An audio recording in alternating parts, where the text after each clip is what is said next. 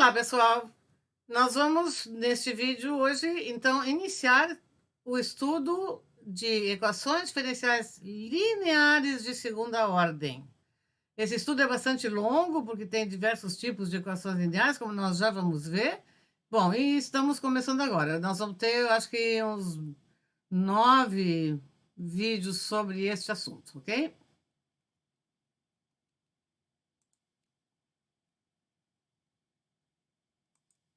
Começando, então, o estudo das equações lineares de segunda ordem. Bom, mas eles vêm daqui a pouco, tá? Tá no título aqui, mas eu já vou falar, vocês já vão ver por quê. Então, primeira coisa é relembrar como é que é uma equação linear de ordem n. Isso lá nos nossos primeiros vídeos, a gente viu que uma equação linear de ordem n para y função de x teria que ter esse formato aqui, tá? Vocês têm aqui do lado esquerdo termos que têm da derivada mais alta até a derivada de ordem zero, né, que é o próprio y, e em cada termo tem que ser todos lineares em y e nas suas derivadas. Então, por isso que está cada termo aqui separadinho e multiplicando cada uma dessas derivadas, ou o próprio y, funções de x, tá? Sendo que essa primeira aqui é diferente de zero. E aqui desse lado, a gente coloca do lado direito o termo independente, né? É um termo que não tem nem y nem as derivadas. Esse é o formato geral de uma equação linear de ordem n. Essas funções de x que multiplicam y e as derivadas são denominadas coeficientes. Muito bem, nós vamos trabalhar mais especificamente com segunda ordem, né? Então, com ordem n igual a 2, está aqui escrita a equação, a forma geral de uma equação linear de segunda ordem. Agora, a gente pode escrever na forma canônica, isso significa que o coeficiente da derivada de ordem mais alta, no caso aqui a derivada de segunda ordem, é igual a 1. Ou seja, eu divido tudo por A2, como A2 não é zero, né? Então, eu posso fazer essa divisão. E com isso, eu vou estudar os métodos com menos funções de x, né? Porque aí eu só fico com P de x e Q de x, que é o nome que a gente passa a dar, então, para as que multiplicam a derivada de primeira ordem e a própria função y. E desse lado aqui, então, a letra mudou, porque eu fiz essa divisão aqui, né? Por A2 de x, para chegar nesse formato aqui, tá? Então, aí, G de x, por exemplo, é a divisão do B de x dividido pelo A2, se eu fiz essa divisão, tá? Bom, e a solução geral tem duas constantes arbitrárias essenciais, como qualquer equação de segunda ordem, nós já vimos isso no vídeo anterior. Muito bem, agora, a classificação das equações diferenciais lineares é a seguinte: tem dois critérios. Um é quanto aos coeficientes e o outro é quanto ao termo independente. Se os coeficientes forem todos constantes, no caso aqui o P e o Q, né? Forem todos constantes, ela é denominada linear a coeficientes constantes. Se não, é linear a coeficientes variáveis. Dependendo se o termo independente, agora aqui, for identicamente nulo, daí é linear homogênea, e se não, é linear não homogênea.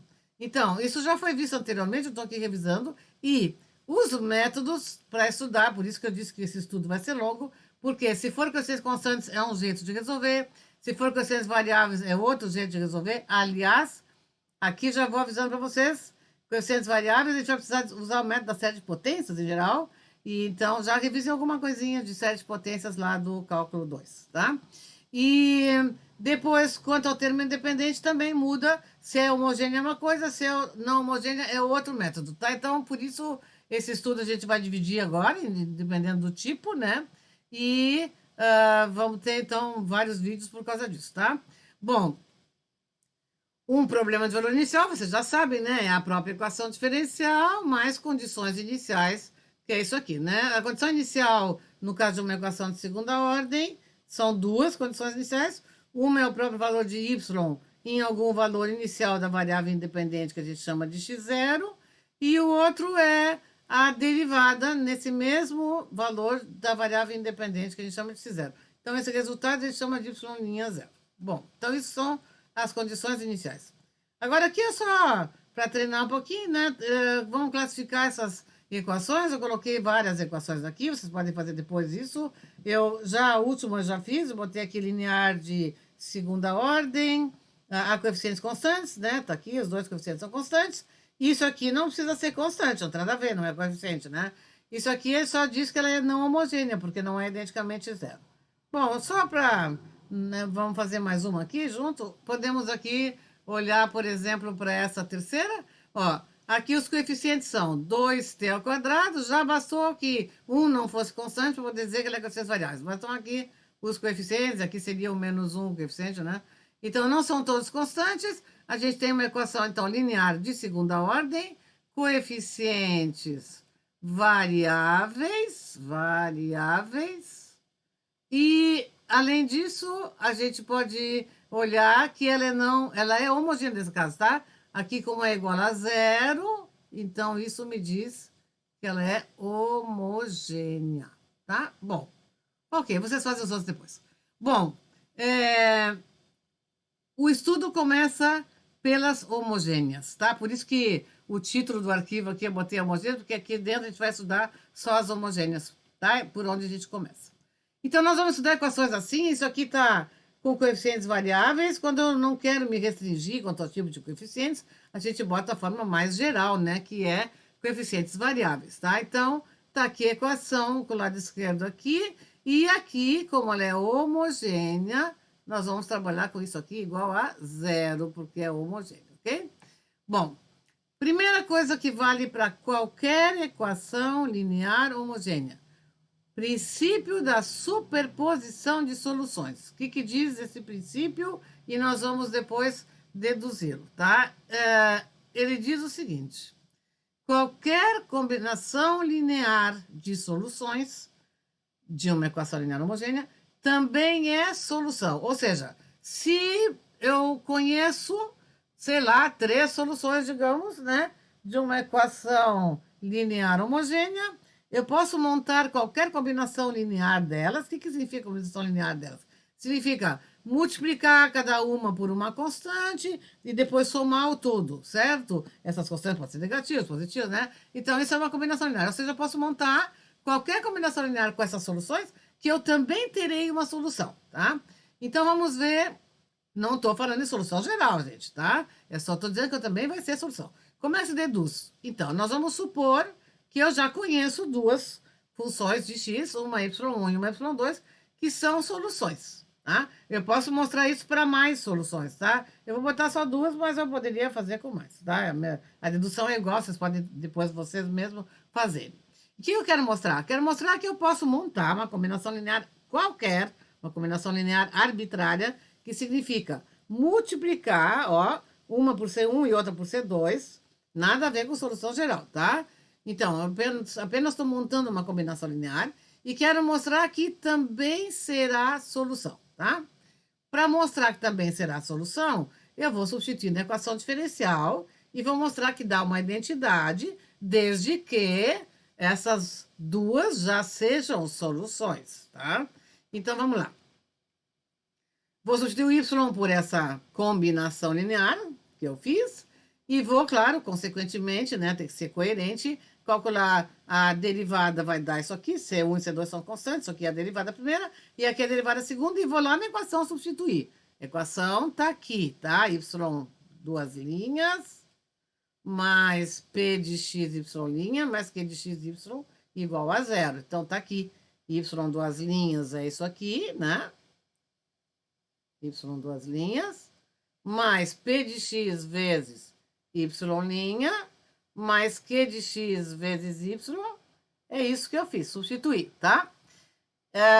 Daí agora, eu fiz o seguinte, eu reescrevi, porque assim não dá para ver ainda que é uma identidade, mas se eu reescrever de uma maneira adequada, eu consigo enxergar melhor. Então, eu reescrevi fazendo o seguinte, tudo que tem C1 eu separei e coloquei em evidência, e tudo que tem C2 eu também estão aqui, colocando C2 em evidência, tá? Então, com C1 tem este termo aqui, tá? Esse outro termo aqui, quando eu multiplicar, né? Esse outro termo aqui, esses são os que estão aqui, tá? Com C2 eu tenho esse termo aqui, esse outro termo aqui, quando eu multiplicar pelo P de x, né? E mais esse outro termo aqui, que tá com C2. Então, eu coloquei C2 em evidência e tá aqui. E daí que eu observo que cada um desses colchetes é zero. Por quê? Porque a gente disse no começo que sabia que o y1 era a solução, tá? Então, se o y1 é a solução daquela equação, é porque colocada aqui no lugar do y e do y', do y das linhas lá na equação, dá zero, né? Então esse colchete é zero. Da mesma maneira, pelo mesmo motivo, como y2 também é solução desse colchete. E, portanto, eu mostrei que, de fato, uma combinação linear qualquer de soluções também é uma solução, tá? De novo, não estou falando de solução geral. Bom, como eu disse aqui, a gente poderia mostrar para mais soluções. Se eu quiser mostrar para um número qualquer m de soluções, é só substituir e fazer a mesma coisa, gente. Façam vocês e vocês vão chegar aqui no final, em vez dessas duas só, vão chegar num monte de termos, né, os m termos, e que todos, cada um deles vai ser igual a zero, então, de novo, vai dar uma identidade. Bom, esse princípio vale para qualquer equação linear homogênea, qualquer ordem e qualquer tipo de coeficientes, tá? Então, as homogêneas vai valer o princípio de superposição. Para que serve isso? Para encontrar a solução geral? Vamos ver, tá? Por enquanto, só disse que é mais uma solução. E aqui eu tô colocando, por exemplo, tá? Eu tenho aqui x1, eu posso verificar, né? Que, de fato, x1 é uma solução dessa equação aqui, e que x2 é uma solução dessa equação aqui, e que x3 é uma solução dessa equação. Eu pedi para verificar, tá? Verificar que são soluções é substituir uma por uma, né? E depois eu pergunto o que diz o princípio da superposição de soluções. Bom, então, verificar é simplesmente substituir, então, uma por uma. Cosseno de 3t aqui dá identidade. Seno de 3t também é só derivar, calcular a derivada de segunda, substituir, dá identidade. Esse i dessa aqui é aquele i que é ao quadrado é menos 1 dos números complexos, tá? Então, derivando duas vezes, vai aparecer menos 1 ao quadrado, porque tem i ao quadrado, então dá o menos 1, que deve ser menos 9 aqui. Então, de novo, tá também... Então, eu mostrei que cada uma delas são soluções em separado. O que diz... Agora sim a novidade, né? O que diz o princípio da superposição de soluções? É isso que está perguntando aqui. O que diz? Diz apenas o seguinte, tá? Que eu posso montar quaisquer constantes que eu colocar aqui, constantes arbitrárias, eu posso colocar e substituir aqui, e montar essa combinação linear das três, e também terei uma solução. Se vocês quiserem, até interessante, vocês podem pegar essa soma toda aqui e substituir na equação diferencial e mostrar que dá mesmo uma solução. Os termos vão todos cancelar, do mesmo jeito que a gente deduziu, né? Tudo que é C1 vai cancelar, tudo que é C2 vai cancelar, tudo que é C3 vai cancelar. Pensem na dedução que a gente fez, é isso que vai aparecer. Bom, então tá. Então isso aí é o princípio da superposição de soluções. Agora, outro título, outra coisa, outro subtítulo, tá? O que é um sistema ou um conjunto fundamental de soluções, tá? Então, agora é que vem o que é importante lá para levar para a solução geral. O que diz aqui?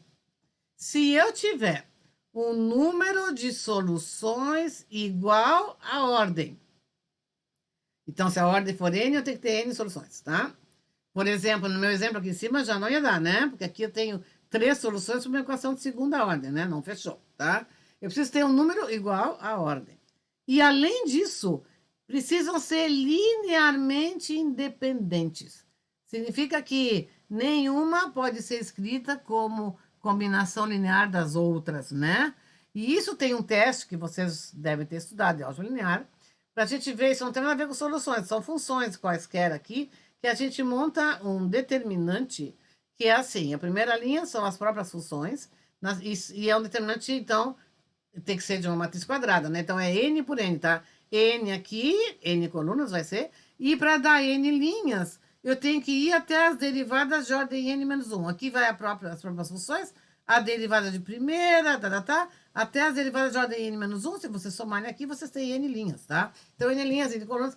E se esse determinante não for zero, é porque essas funções são mesmo linearmente independentes uma da outra, tá? Então, formam um conjunto, né, de funções linearmente independentes. Agora, voltando ao caso das soluções, o que a gente está dizendo aqui é o seguinte: se as soluções que eu tiver forem em número igual à ordem e satisfizerem isso daqui, forem linearmente independentes, então elas levam, esse conjunto leva um título especial. É denominado sistema ou conjunto fundamental de soluções, tá?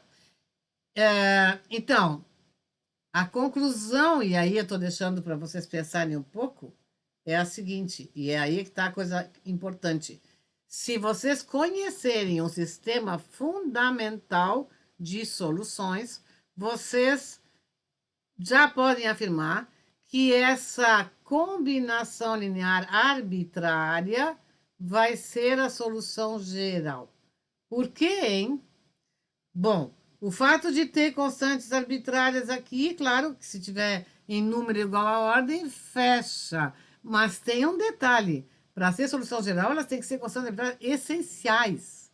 Essenciais significa que a gente não pode reduzir o número delas, não dá para reescrever com o número menor delas.